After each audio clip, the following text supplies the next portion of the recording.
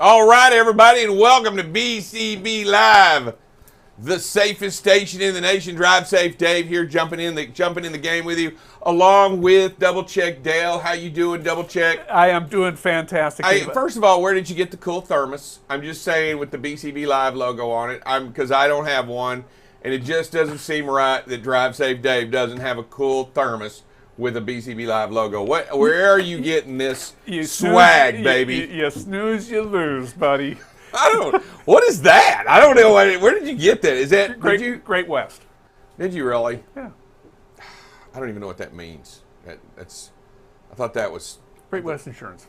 Oh, is that what it is? Yeah. Somebody, are you elbowing those guys now? It's who you know. It's who you know. It does sound like a little bit. I'm a little upset. I'm a little upset that the talent isn't basically. And we use that word loosely. isn't getting the swag that's being handed out right away, especially with BCB Live stuff on it. I'm kind of a little upset. I noticed the laptop though. I'll tell you. Thermos, laptop. See? All right, so here we are, 68 days until Christmas or something like that. Are you excited? Am I ever not? You're not excited? No, I'm excited that. So, Buckle Up Bob singing Christmas carols bugs me this early. It bugs me a little bit too. I'm not going to tell about what is that. But I mean, come on. It's not even Halloween. I got monsters in my yard, right? Yeah. I don't want to get the wife stirred up with Christmas decorations already. I'm still dealing with the Frankenstein in the front yard that we've got, the 6-foot Frankenstein. I'm not even going to try to dig out the 20-foot snowman we got right behind it, and it's already.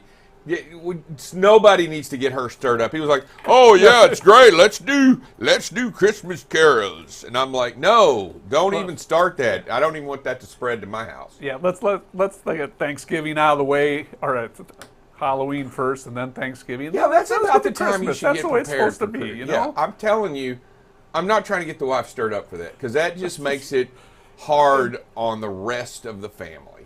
Because I'm not a big, I know some families, Blake, you big fan of trimming the tree and getting all the stuff on the tree and balls and lights and all. You good with all, you big fan of that? My wife's a big Of course she is. They all are. Yeah, my wife's a big fan of that. How many Christmas trees can we put up? I mean, a lot. I'm not real thrilled with the process of it. No, it's work. Yeah. It's work. And, and we got to. And here's my only thing. Please don't. I hope my wife's not watching because I'd be in so much trouble. There's a story behind every ornament, and I got to hear the story every time one comes out of the package. I've heard the same stories. I'm not going to say I don't care, but please, we can overdo the stories, right? Yeah, yes, you can. You should start telling the stories to her as she unwraps them all. No, and then I'll get it wrong, and then it'll have to be retold, and then now you're saying I should have been listening on the first time around. That's what I'm saying, Dave. Come on, and then my mom has the audacity to bring over the old story Christmas ornaments. So how far back do your ornaments go? What's your oldest one? My oldest one was your wife or your. Oh, my mom has ornaments from pre-David, pre-Drive Safe Dave. Oh, okay. And then I think the oldest one I have is one I made when I was in like first grade or something. And then, but I'm telling you right now, I'm not. Someday these things are going to come up missing, and we're just going to have to buy new ornaments. And I'm going to be, and they're not any of them are going to have a story. Oh, there'll be a story. Oh, there will be a story. And I'll be in trouble. All right. Dave won't be in trouble. Dave will be dead. That's part of the story. Dave. It's not very safe for drive. All right, real quick. I got a couple of things in the news I want to get to, Dale. I don't know if you've heard this. Major railway ordered to pay truck drivers after they were fingerprinted without their consent. Have you heard this story? I heard a little bit about it. But enlighten me. Tell me more about it. What's going on, Dave? Bnsf Railway Company has been ordered to pay $228 million to thousands of truck drivers after a jury ruled that the company illegally obtained their fingerprints. That's 45,600 drivers at $5,000 a pop. Boom! Yeah, and they know who each one of them is because Yes, they got their thumbprint. fingerprint. If you were worried, well, how are they going to find them? Well, let me tell you, they've got their fingerprint. They're going to find them. I'm telling you, they'd be able to track me down because about half the states in this country got my fingerprints at one time or another, in one way or another, right? And by the way, they were legally obtained to get them at the time. Some of them you didn't have to sign the affidavit for. They just took them in. They just took I them get anyway. that. They grab your head and roll on the deal. Yeah, and you know, it's a shame when you go, I know how to do this. I got this. So I got this. I got this. This is old school. But anyway, they paying them $5,000 each, which is the maximum allowed under the law there in Illinois. Hey, that's a good economy stimulus right there. Yeah, Reuters reported that this first trial under the Illinois Biometric Information Privacy Act. Did you even know such a thing existed? No, and that's a mouthful. Yeah, it's BIPA. I don't know. We're going to call it that. But anyway, it's making sure that people have the right that you get permission before you start passing around somebody's biometric information. And you know what? They popped them good. They did the maximum under the law for every plaintiff. Wow. Every plaintiff. I'm telling you right now, that's a $250 million going out. That's a chunk of change. That's a big chunk. That will hurt the bottom line. Yeah, it will. And if anybody's got it, it's the railroad. And they're going to redistribute it. Part of it. And you know what? I'm just going to tell you, whenever these rulings come out, don't they all know that we all pay? Yeah. Doesn't everybody get that? We all pay. I mean, we all pay. Yeah. But, you know, in essence, I don't think the railroad's going to continue that process, that procedure. I think they probably change their policy on that by now. Okay, real quick. Anything going on in the news or weather you'd like to talk about for a few minutes before we bring in our guest? Just that it's really nice that it's cooled off a little bit. And we're going to see some, wild temperature fluctuations the next couple of weeks, but that's okay. That's what fall is about. Just get us ready and ease us into that winter thing. Saw that got some snow going on up in the Great Lakes area. Possibility some pretty heavy snow up there. I know. I was reading. I heard that up there in the Upper Peninsula, they were actually going to see some snow. Yeah. In the Upper Peninsula, getting ready to go it's already going to be ski time up there pretty soon, right? There you go. That time of year, and it's not even Christmas yet. Stop. Did you have to throw that word in there? Yes. Everybody's going to be running around here singing Christmas carols.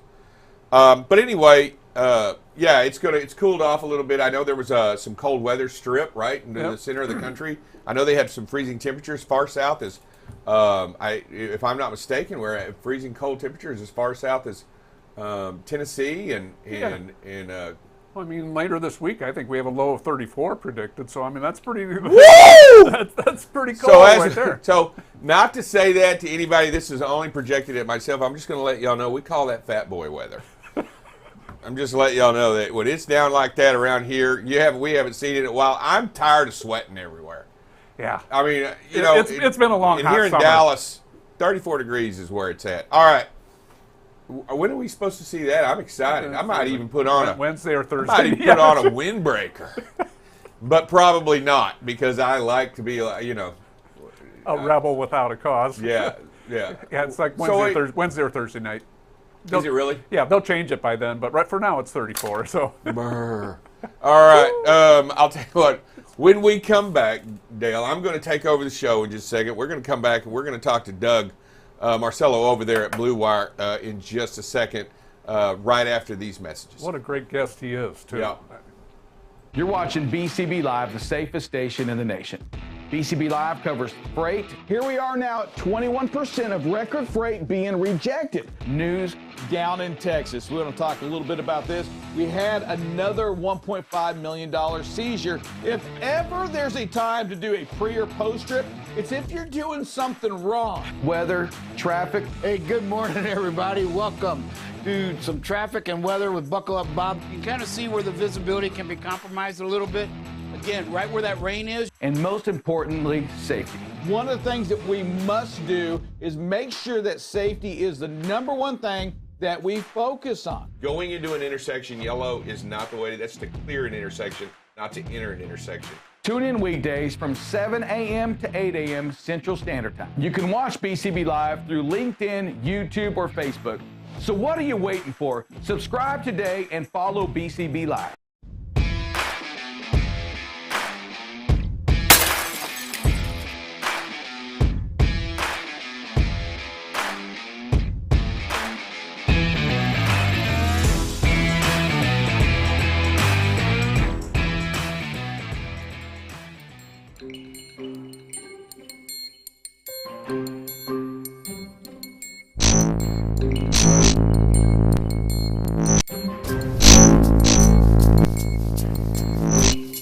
Sir Rick here, reminding you to tune in to our new segment called The Sledgehammer, featuring those who make a legal difference in our industry.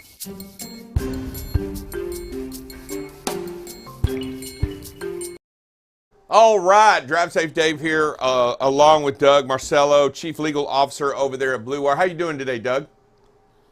Fine. You what, sir? I said doing great. So what do you think of our intro? Here we got we've created a legal segment. What do you think of that? I thought that was great. I'm looking at it. I'm thinking, man, this is perfect. This is a great deal. So yeah, sounds great. Okay. And that and Dave, you know what do we got? 68 days till Christmas, from what I hear. So Yeah, 68. Oh, stop! Everybody, stop with the Christmas. It's coming soon enough. Come on. Y'all are just gonna, and you know what? You joke about it, but it's gonna get around, and my wife will find out about it. Then I'm really messed up. All right, here we go. Doug, tell us a little bit about, first of all, what Blue Wire is, and what they do, and then we'll go from there. But Blue Wire is a company that uses artificial intelligence to analyze company data, to proactively look for vulnerabilities to nuclear verdicts or other deficiencies plaintiffs prey upon. So we want to do this before the accident happens, because that way we can diffuse it. You know, most of the primary nuclear verdicts, they don't come out of the facts of the accident. They arise out of the facts of the company, the vulnerabilities. And we're trying to get ahead of that and tell companies how they can cure that ahead of time, David. You know, and as we're talking about this, and I know we all in the trucking industry understand what nuclear verdicts and how they've impacted a lot of the decision-making process is that we have out there, and how we have to work to make sure that they don't happen to us. Let me ask you, Doug, and as we talk about it, I have a real quick question. How important? Why isn't my insurance company hiring you to do this already? Why? Good question, Dave. You know, this is something that you would think the insurance companies, the trucking companies themselves, and that's why we're out there, for them to get ahead of this so that we can head this off. And, you know, we talk a lot about nuclear verdicts, and that's the big thing right now. But in today's world, with increasing premiums, the only way to slow your increasing premium, because you're not going to stop it, is to take more skin in the game yourself, increase your deductible. That means that the key no longer is how much does my premium cost, it's my total cost of risk. You know, that's the premium plus what's out of my pocket, the retention, deductible I have, plus what are the safety costs on it. So that, you know, what we're looking to do, and this vulnerabilities don't just hurt you in the nuclear verdicts. It is what I call the hemorrhaging, the 25, 50,000. You didn't do anything wrong, the person's not hurt. But because of something they come up with, they get leverage on you to try to squeeze that, and you die a death of 1,000 cuts if you're a trucking company. Yeah, I mean, look, and it doesn't take very many $500,000, taps on your bill. I mean, to get it may not be a fatality, may be just an injury, or it may be something like that, but you're opened up to liability, and it doesn't take really a lot of these to really drown a company. I mean, you can really go quickly, and you still may have the best safety going on, right? You still may have a great safety program, but it doesn't keep away from the opportunity for the tort law or customers out there, not customers, but plaintiffs out there really going after a trucking company. Yeah, there's only so much we can do to prevent accidents. The best defense to an accident case is not to have one. And so we got to do all we can. But in 2016, the ATA found that The trucking industry spent $9.5 billion on safety. We see the increase of driver analytics, and again, very useful. There's our friends out there are idyllic, and in one of their best scenarios, they've reduced accidents by 50% for a company, and on average 20%. But we still have the remaining accidents. It's kind of like a natural disaster. There are certain things we cannot control. So what we have to do is to get ahead of it and reduce the consequences of the loss. And that's what we're trying to do proactively on this. Okay, so I'm going to ask you a little bit now. Blue Wire has Blue Wire Gap Score Report. What is that? But Blue Wire Gap Score Report just came out in the last couple of weeks. What we do is we analyze the public data of 700-some thousand, all the trucking companies, and take a look at it in terms of what the potential vulnerabilities are, score them against each other, and come up with a number on that. Something that can be used and is available for company use, can be used by insurance brokers in order to renew coverage, replace coverage. It can be used by freight brokers in order to give themselves a defense, because that's one of the new areas, Dave, that things are coming out. They're suing the broker saying you should never have given this load to the company. This gives us the opportunity, or the broker the opportunity, to say, hey, I checked this out and this is what we have. What's a prime example of why a motor carrier could be vulnerable? Well, just give me a good example. For example, in today's world with ELDs, if you don't get the 11 and 14 right, Dave, you shouldn't be out there. So the workaround on that usually is unassigned time and personal conveyance. And a lot of companies don't look at that. One of the things we do on the Blue Wire product, not necessarily the Gap because it's their own data, is to analyze, hey, where do you stand in terms of unassigned time and personal conveyance? And what's your exposure out there on that? So that's the type of things we're looking at that don't show up, a lot of times to the company to make sure that they're alert to it. How does this tool offer the industry a true measure of your reputational vulnerability? I think how does it do that? Yeah, and again, the reputation is what I use in my terms, more or less, what is the extent of your vulnerabilities? And this gives the company the opportunity to go and to say, hey, this is where we stand in our operations in relation to other companies and how that score is. One of the other things, Dave, that I really like on our Blue Wire product is, the federal government's been talking since Congress mandated in 2015 in the ironically named FAST Act to have a beyond compliance program. Well, in our Blue Wire product, we give the trucking companies credit for those investments they make, what they invest in safety, what they commit to safety. We give them the recognition of those items, and we even add up what they invest in at the total amount. So that when that plaintiff attorney comes and tries to say that they put profits over safety, there's an answer that they have right there on it. So let's go to that, because I think, I got some questions here, but as you're talking about it, I'm really wanting to know, let's go into the process, because you're talking about what you're doing. What is the plaintiff going to do right off the bat? Let's say an accident happens. What's the plaintiff going to do right off the bat? Before even if you're involved or not involved, they're going to go after that stuff, those vulnerabilities, right? Absolutely.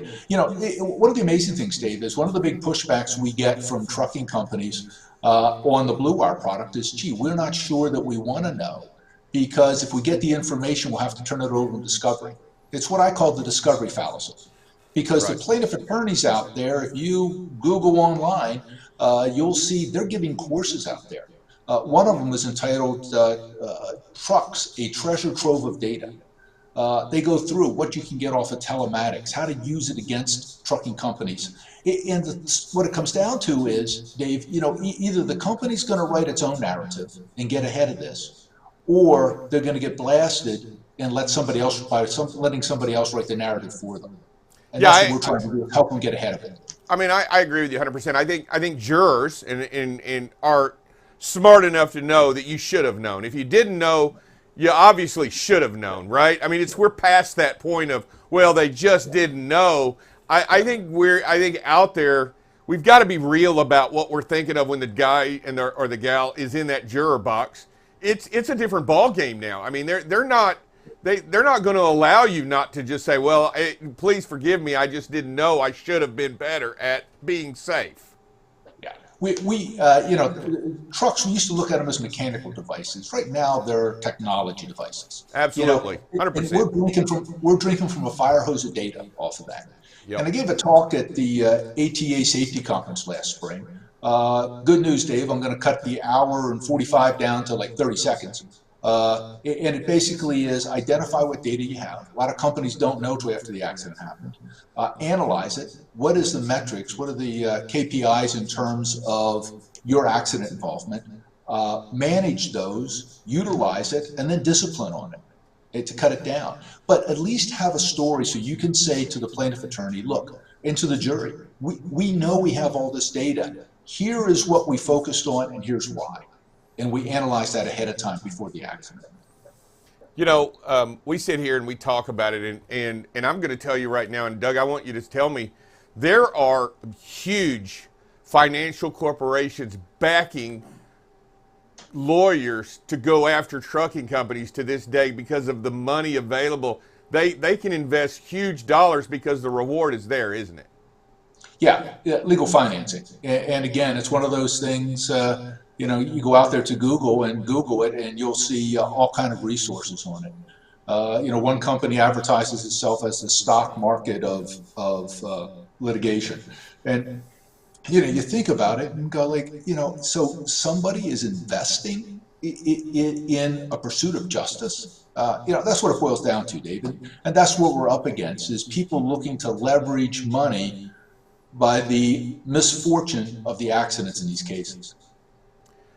So, and let's really, we're at a point right now, the pendulum is at a point right now, Doug, do you believe that we're behind the 8 ball right off the bat? The driver, the carrier, everybody involved is already behind the 8 ball the minute an accident occurs, correct? Whether you're guilty or not guilty, but when an accident occurs, you're already behind the 8 ball. Yeah, and you know, I say there's 4 phases to this litigation. You know, going reverse chronological order. Number 1 is the lawsuit, but you know, 90 to 95% of them get settled. But your best results are going to be if you are prepared and act immediately. You then have the post-accident period, what my friend Randy Gilliott down in New Orleans, who went after the fake accidents, calls the dark period. And that's where we have to get in there, Dave, and you know, get aggressive on these plaintiffs as they're running up the medical bills. Ask them for an independent examination before they file suit. You know, because, hey, here's the deal. I don't care if they give it to me or not. I've gone on the record, and they've got to have to explain why they wouldn't agree to a doctor's exam early on. You know, the accident happens, we got to be ready to immediately respond to it. But the big thing, what we're working on with Blue Wire, is the pre-accident period. That's where a lot of it's made on that. So yeah, you know, it's kind of like when cameras first came out about 15 years or so ago. My thought was, you know, geez, you know, it's just one more piece of evidence. I'm going to need a proctologist to get back. But the bottom line is that we get blamed for everything anyhow, Dave. So whatever we can do, evidence, proof, video, particularly in today's YouTube society, we need to take advantage of that to protect ourselves. So, Doug, let me ask you real quick. We're not talking about just a safety scorecard, are we? We're not talking about just a safety scoreboard. How is Blue Wire different from just that safety scoreboard? Safety scoreboard is looking at, and usually is predictive analytics on a driver-by-driver basis, or looking at certain things as they occur on the data side. What we're looking for to analyze is, where are your weaknesses? We're trying to drill down, and that's our goal, to find those vulnerabilities so you can address them before the accident happens and before the plaintiffs use them against you. Yeah, I mean, it's obvious. If you fail to plan, you plan to fail. And I think it's necessary that we understand that Blue Wire's out there helping us be prepared, not that we want anything bad. We don't put seatbelts on because we want to have an accident. We put them on because there might be one, right? I mean, let's be honest with ourselves in that regard. And I think Blue Wire's offering a very important tool here and a very important service that's helping us put on a safety belt prior to anything bad happening, correct? Exactly, David. And I use the analogy of the natural disasters. You know, through construction, building codes, through things like that, we know we can't stop the natural disasters, but we have to prepare to reduce the impact of them. And what we're also looking at doing in Blue Wire by identifying the vulnerabilities and giving companies a chance to address them early on is promoting the safety on that side too. So even if you don't totally remove the vulnerability, at least you can go into court and say, look, long before this accident, we identified it, we got a plan, here's what we're doing. We don't need a verdict to tell us we need to do something or what to do on that. You know, I like the premise. You know, I think it's necessary. Doug, how far are we out from real true tort reform in this country in regards to, how far away are we really in tort reform in this country in trucking accidents? I think we're quite a ways, Dave. You know, in the presentation I give, we've got plaintiff attorneys doing almost $1 billion in advertising. I talk about the investments they make in lobbying, almost 5 times the amount that the American Bar Association does, the American Association for Justice does, and the amount of money contributed to judicial elections on that. But you know, at the same time, you folks down in Texas came through, got tort reform down there, so that you got to litigate the accident, who's at fault in the accident, before you get into the corporate stuff. We're seeing this happen around the country. One of the big things, and to go back to your analogy, Dave, is seatbelts. You know, virtually every state, if not all states, requires you to wear seatbelts. You know, great. But virtually all states won't let you admit that into evidence if the other side doesn't wear them on it. Now, state by state, that hurdle is starting to be removed. But you look at the incongruity, the conflict between those two.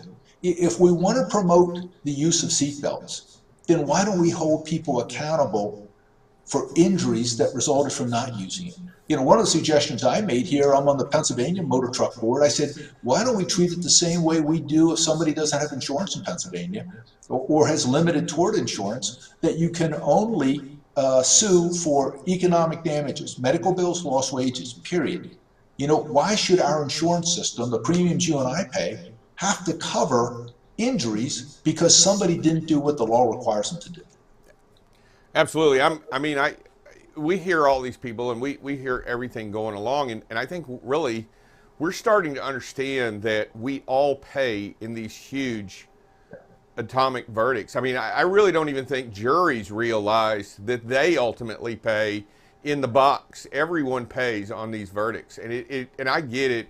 There are some instances, and I've read some of the horrible things that some trucking companies have done that don't belong out there.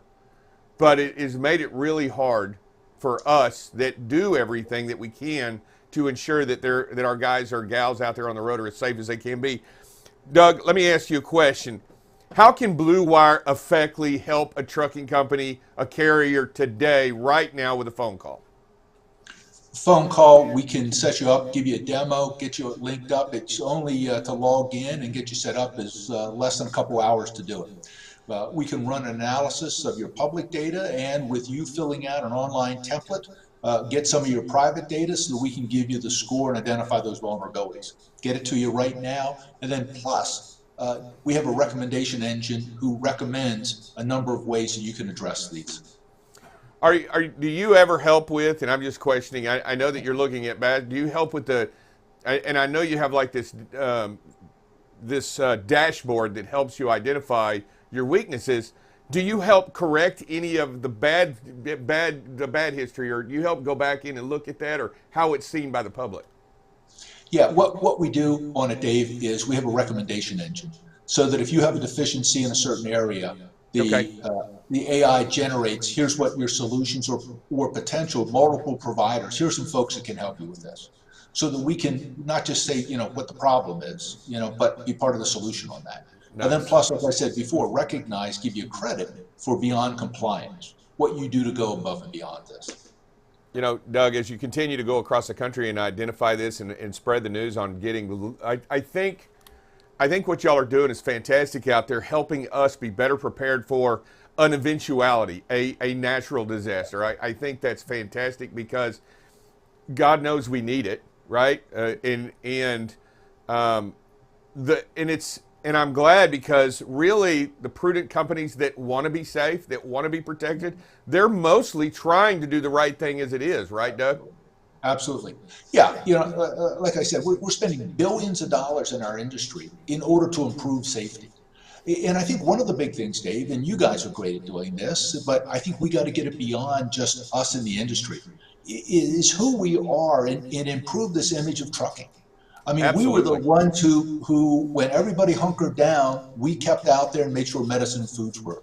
Our drivers compete and achieve 1 million miles at a time. Incredible, achievement of safe miles. The trucking, and to take it to the fullest example, one of my clients was the first step in the pictures we see from the furthest reaches of the heavens on the Webb satellite. One of my clients took it to the launch site. So it just, the extent of the trucking out there, that's what we need to do and get it out to our neighbors and our friends. So, this whole stereotype that we have is dispelled. Yeah, I agree with you 100%, especially in the idea that, it confuses me a great deal, because I truly don't believe that the public understands that drivers work their entire career in the most dangerous environment imaginable, and that's our highways and byways. I mean, can you imagine going to a job that this year 45,000 people will be killed, and that's your work environment? Well, and Dave, what other work environment do we have in which someone is asked to operate heavy equipment in the midst of other people who aren't trained and in many ways, incapable of, you don't have that on a construction site. They got barriers. Look at what we have to do out there. And it's incredible the amount of safe miles that we can achieve. Absolutely. Because, you can control what you can control, but also you have to keep a lookout for the other folks out there. And it's just, what a great job our drivers do out there. 100%, Doug, and I appreciate what y'all do. I'll tell you what, if you got to reach out over there at Blue Wire, and you got to let them know, you got to reach out to them. Doug, what's the best way to get a hold of them? Is it Blue Wire? What is the best way to reach out to you guys? BlueWire.ai. BlueWire.ai. Go there. You can sign up for a demonstration, get information. One of the other things, Dave, we always talk on the defense side about the need to share information. We've set an online community up called Blue Wire Connect. Go to BlueWire.ai to join that. It's limited to trucking companies, trucking insurers, trucking defense attorneys. Nice. You can keep it in the family.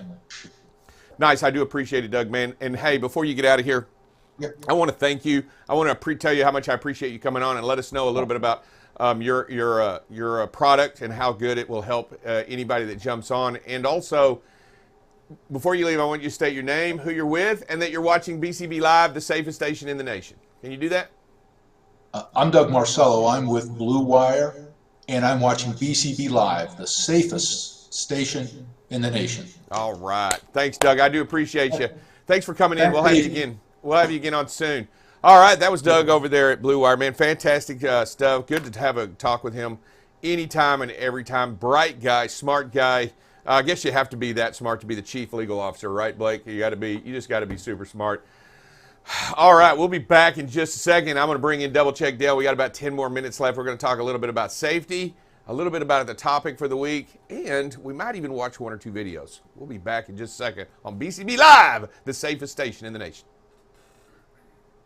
Hi, this is David Dover, also known as Drive Safe Dave. You are watching BCB Live, the safest station in the nation. Safety is what you want to talk about, and safety is what you want to be every single day. That's what we're here for. We're here to make it better. The industry needs BCB Live so that it can find new and inventive ways to bring safety to the forefront for every single person out there on the road. You got to be prepared to stop, and when you look at that and you understand the situation that you're in, you got to know that it's going to change. You got to expect it to change, and you can't run those lights. You can watch BCB Live weekdays, 7 a.m. to 8 a.m. Central Standard Time. So what are you waiting for? Follow and subscribe to BCB Live today. Challenge me anytime. Hey, this is Drive Safe Dave back here with Double Check Dale, back behind the desk, back here to talk a little bit about safety, because that's what we do here at BCB Live.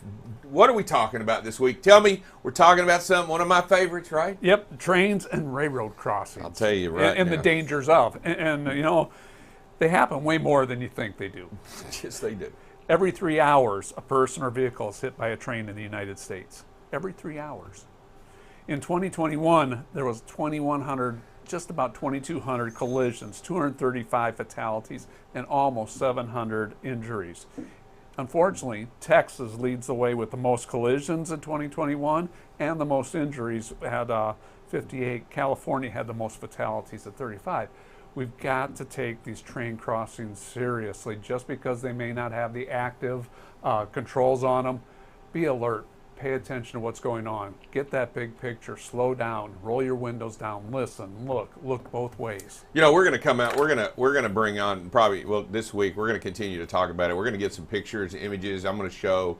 We're going to show crossings with no lights, no gates. We're going to show y'all some of the things that you look for in the trains. But one of the things that I want to mention is, having been out there on the road and understanding just how dangerous trains can get. You don't just see trains in urban areas hitting cars. You see them in the city. You see them in metro areas where they run a lot of trains. I mean, you go to a metro area, a big, like even here in Dallas-Fort Worth, you got a rail system here. Yep. You got rail systems in just about every major city in the United States. You got to be wary of that, because they got to cross roads. Yeah. And they go by fast. They go moving. Passenger trains go a lot quicker than most freight trains. Yes, they shuttle people, and it's just so dangerous and how fast, and people get unawares. What confuses me all the time is the trains have a big light on the front. 3. Yeah, they have a big light. Yeah. It's big. It's big. and if you look down the track, you typically can see it. Yep. You shouldn't cross it if you see the big light down there, because it's coming your way. Yeah. And it doesn't matter because the lights may not work, the gate may not work, but I'll tell you what will work is you looking down the track and making sure. Don't always just, and a lot of the times people just look to drive over the bumps. That's what they're looking at, because it's a rough road. And I'm telling you, the rough road, the real rough part of that track is what's on it. And that's what you really need to be wary of before you cross. And understand what you're doing when you get into that intersection, because you are a loser in that intersection. Yeah. If you have a collision in that intersection, you are a loser. And you don't ever want to stop on it. You want to make sure that you stop before it, you look both ways, and you move through it, and you don't stop on it. Yeah. Your vehicle against a freight train, a typical freight train, is like a soda can against a car. I mean, that's the perspective of it. That's what you got to think about. Who wins in a soda can in a car? Car every time. Who wins in a train in your vehicle? Train every time. 100%. And look, it's just so dangerous. And another thing to take into account, and I think most people don't realize that, and I like to mention it whenever we talk about trains, is the dual track or the triple track, where there's more than one track.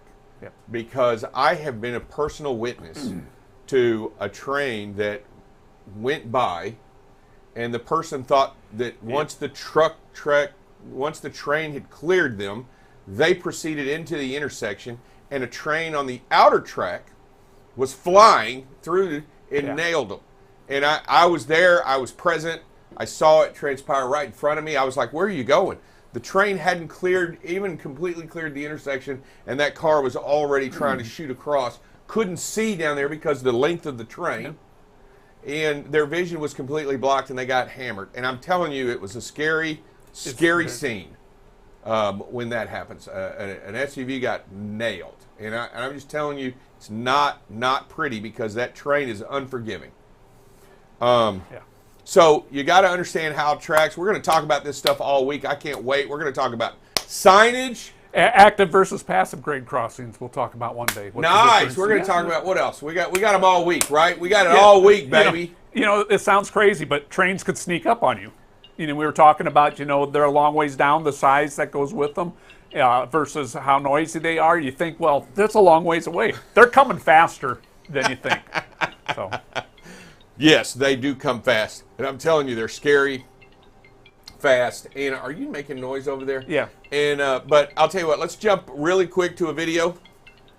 Yeah, making noise. Talk about the video, Dave. Let's talk about the video. We've got a little construction here. We're following a little bit too close. Where are you going?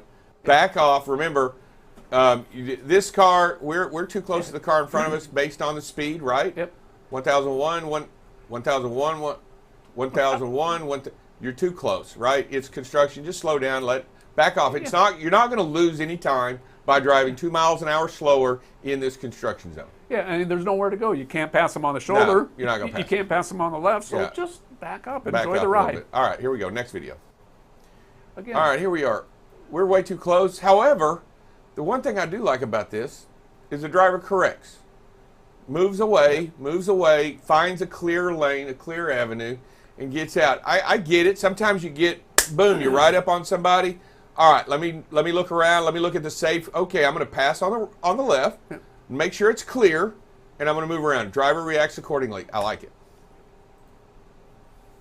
This is an interesting one here, and it's about the triangles in the vehicle ahead of us and what's going on here. Those triangles are put out the wrong direction, and it steers the truck in the wrong direction. Absolutely. I tell you what, if you don't know what the rule is, if you don't know the law on triangles, make sure you get it out there and make sure you understand what's going on, because you're signaling to the traffic behind you on what to do. Yep.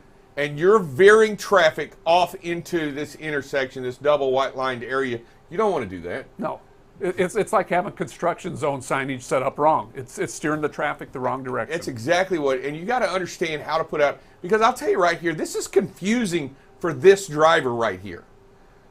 He stopped in the road. Do I go right? No, wait. Traffic says go left. I really shouldn't be over here. Yep. He knows the double white lines are there. He knows that, but that's the way he's being steered. Yeah, and I get it. You can cross a single if there's obstruction in the road. I think the driver, if you watch the video, he goes a little bit further, then moves back into the lane. He does that. Yeah, and I get all that. But really right here, what I think what's important about this video is the triangle. The communication is not done correctly to the traffic behind you. It's important to understand how to set out a proper triangle. All right, next video. So it takes a little while to set up, but I mean, we see this pickup passing, driver's doing a great job managing the speed and everything, and then all of a sudden we're going to see another one come in and cuts them off short. And you just got to think that these two pickups are clowning each other, but it creates such an unsafe situation. Driver does a nice job of recognizing what's going on and starts backing out of it, lets the clowns get away from him. Yeah, look, if you'll notice in the upper left-hand corner, the driver's doing 67 miles an hour, minding their own business, driving along at 67, 68, and then all of a sudden this car comes in here and cuts them off. Now, right away, that's not good, but they start all hitting their brakes and reacting weird, and the driver drops down 5 more miles an hour and lets them get out there. I don't want any part of that action. Y'all can have all that you want. I've got to keep a safe distance, especially from a bunch of locos. Yep. Clowns will be clowns. They're going to be clowns away from me because I'm slowing down. I can't control crazy. All right, next video. Driver does a fantastic job in this one. Oh my goodness. Talk about that big picture, seeing what's going on, recognizing it, taking the correct actions, slowing down, getting over at an angle to the side of the road, doing everything right. They're just really 100% doing everything right. Goes from 61 miles an hour, identifies a danger coming up, moves all the way over, reduces speed immediately, and drops all the way down right there to 30-something miles an hour. Great job. Understands the danger. Nobody wins in this accident. You might have the right of way, but nobody wins there. Nobody. And this is where we talk about, this is where we talk about right of way. Yielding right away instead of taking it. Fault versus preventability. Fault versus preventability. You want to prevent this accident. The driver does a great job there. You're not at fault here, but my God, you don't want a head-on collision. No. I mean, I don't know who's in the industry wants that, but that is not what you want. That is a no-win deal. And I'm going to tell you right now, great job by the driver. We talk a lot about what we don't do right behind the wheel and what we do right behind the wheel. And I'm going to tell you this right here. Couple of videos here is images of doing the right thing while out there. Yep. Taking the situation and making the best of it. And a couple of drivers in these videos did a great job of that today. All right. And I'll tell you what, with that, double check Dale, Blake, Drive Safe Dave here, wishing each of you a very safe and wonderful day today. And if you have an opportunity, join us tomorrow as we will also be presenting to you a safe and wonderful day here on this show on BCB Live. The safest station in the nation. All right. Bye, everybody. Have a good day. Peace out.